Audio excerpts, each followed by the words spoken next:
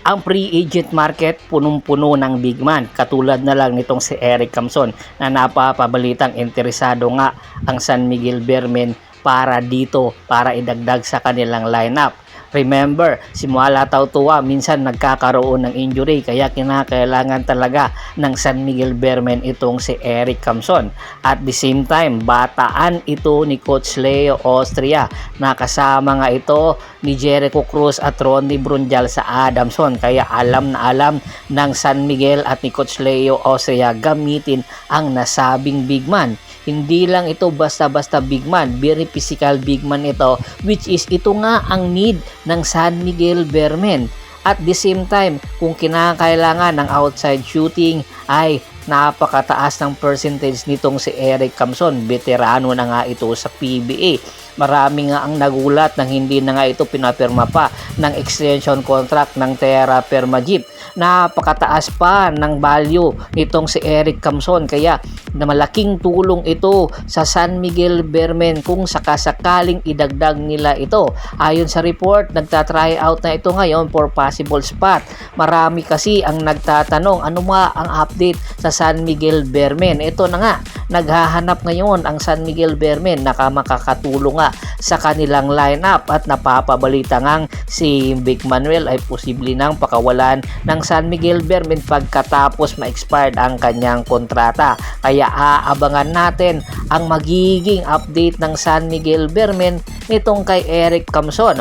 It's a win-win situation, it's a win-win para sa San Miguel Beermen kung maidadagdag nila ito dahil na rin sa experience nito. Samantala, limat tayo sa isa pang free agent na player. Ito nga ay si David Morel matapos nga ang ilang season or isang season neto sa San Miguel, rather sa Barangay Ginebra San Miguel, ay tuluyan na ngang pinakawalan ito ni Coach Tim Con at ngayon available na ito sa market. At ayon nga sa isang interview at sa isang ulat, si David Morel ay nagtatry out ngayon sa Tropang Giga for possible spot.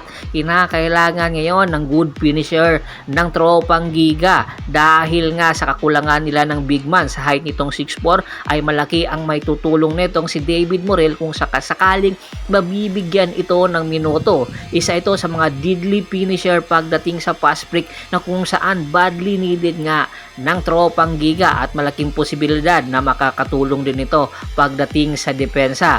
Alam natin sa Barangay Ginebra San Miguel, ang kanyang role doon ay dumepensa lamang kaya naman nakukulangan siya ng minuto. Isang all-around player po itong si David Morel. Kung sino man ang makakakuha na kupunan dito ay tiyak mabibigyan ito ng minuto, tiyak magpapakitang gilas ito. Hindi naman siguro ito makakapasok sa PBA nang walang ipinapakitang kalidad. Ito pa, isa pang big man na posible ring magpakitang gilas kung sakasakaling ang merong kumuha dito na team. Ito nga ay si Jackson Corpus matapos ang 5 taon pamamalagi nito sa Magnolia Pambansang Manok Templados ay nagkakapaghinayang dahil nga hindi ito nabibigyan ng minuto. Napapabalita na ang Barangay Ginebra San Miguel ay interesado sa nasabing big man na si Jackson Corpus na posibleng nagtatry out na ngayon. Hindi lang si Jackson Corpus ang nagtatry out sa Barangay Ginebra San Miguel. Kasama daw si Chris Lalata. Kaya aabangan natin kung makakapirma ba ito sa Barangay Ginebra San Miguel.